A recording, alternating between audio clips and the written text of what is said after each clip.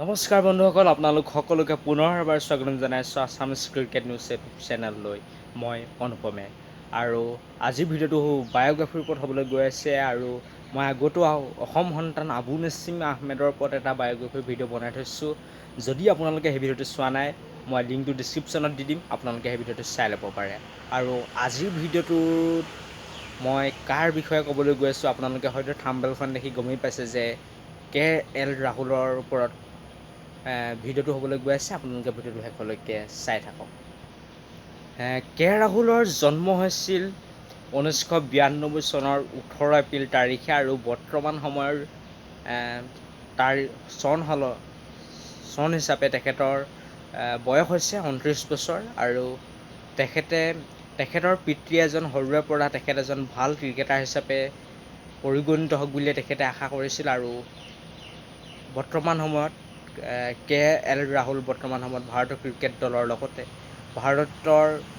বিশ্বৰ সকলোতে তেওঁ জনপ্ৰিয়তা লাভ কৰিবলৈ সক্ষম হৈছে তেখেতৰ যি প্ৰদৰ্শনৰ বাবে। তেখেতৰ ক্ৰিকেটৰ 2010 চনত তেখেতে প্ৰথমবাৰৰ বাবে তেখেতে ৰাজ্যৰ হৈ তেখেতে ক্ৰিকেট খেলিছিল। আৰু 2013 চনত তেখেতে পোনপ্ৰথমবাৰৰ বাবে IPLত ইণ্ডিয়ান প্ৰিমিয়াৰ লীগত স্থান পাবলৈ সক্ষম হৈছিল। আৰু তেখেতৰ যি প্ৰদৰ্শন অধিক উন্নতমানৰ আছিল, আৰু সেইবাবে তেখেতে ৰয়েল চেলেঞ্জাৰ্ছ বাংগালোৰৰ হৈ তেখেতে প্ৰথমবাৰৰ বাবে খেলিবলৈ পাইছিল। কিন্তু দুৰ্ভাগ্যবশতঃ যে তেওঁ প্ৰথমবাৰৰ বাবে IPL খেলিছিল আৰু 5খন খেলত মাত্ৰ 20 ৰানহে কৰিবলৈ সক্ষম হৈছিল। কিন্তু 2014 চনত তেখেতে পুনৰ RCB হৈ খেলা দেখা যায়। আৰু তেখেতৰ অতি সুন্দৰ প্ৰদৰ্শন বুলি ক'ব নোৱাৰি। আৰু তেখেতে 11খন মেটছত 164 ৰান কৰিবলৈ সক্ষম হৈছিল। আৰু তেখেতে 2014 চনত তেখেতে 26 ডিচেম্বৰ তাৰিখে তেখেতে অষ্ট্ৰেলিয়াৰ বিৰুদ্ধে তেখেতে টেষ্ট মেটছত ভাৰতীয় ক্ৰিকেট দলৰ হৈ তেখেতে ডেবিউ কৰিছিল। আৰু প্ৰথমখন মেটছত তেখেতৰ প্ৰথম ইনিংছত মাত্ৰ তেখেতে 4 ৰান আৰু দ্বিতীয় ইনিংছত মাত্ৰ 1 ৰানহে কৰিবলৈ সক্ষম হৈছিল। কিন্তু তথাপিও তেখেতক দ্বিতীয়খন মেটছত তেখেতক প্লেইং 11ত স্থান লাভ কৰে আৰু মুৰলী বিজয়ৰ সৈতে অপেনিং কৰিবলৈ আহি 110 ৰানৰ এটি গুৰুত্বপূৰ্ণ ইনিংছ খেলি সকলোৰে মাজত জনপ্ৰিয়তা লাভ কৰে।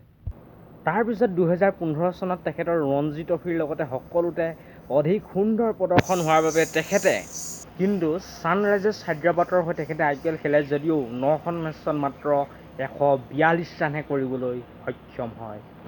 তাৰপিছত তেখেতে 2016 চনত পুনৰ ৰয়েল চেলেঞ্জাৰ্ছ বাংগালোৰ টীমলৈ উভতি আহে আৰু 14খন মেটছত 397 ৰান মাৰি তেখেতে প্ৰথমখন এদিনীয়া মেটছত ODI মেটছতো তেখেতে ভাৰতৰ টীমৰ হৈ ডেবিউ কৰে জিম্বাবৱেৰ বিৰুদ্ধে। আৰু প্ৰথম যোনখন খেল খেলিছিল সেই প্ৰথম ইনিংছতে তেখেতে 110 ৰানৰ যি এটা ইনিংছ খেলিছিল, আৰু সেইটোৱে আছিল ডেবিউ মেটছত শতক কৰা প্ৰথমজন ভাৰতীয় খেলুৱৈ। আৰু T20ও তেওঁ জিম্বাবৱেৰ বিৰুদ্ধে আৰম্ভ কৰিছিল। কিন্তু ওৱান ডে মেটছত শতক মৰা ৰাহুলে কিন্তু T20ত 0 ৰানতে তেখেত পেভিলিয়নমুখী হৈছিল।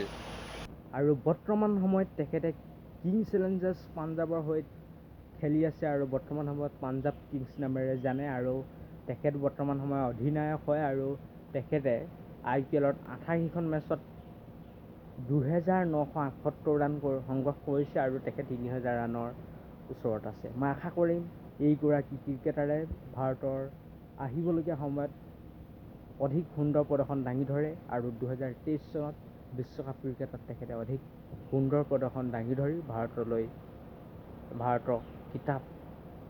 ভাৰতক চেম্পিয়ন কৰায়। Thank you so' much.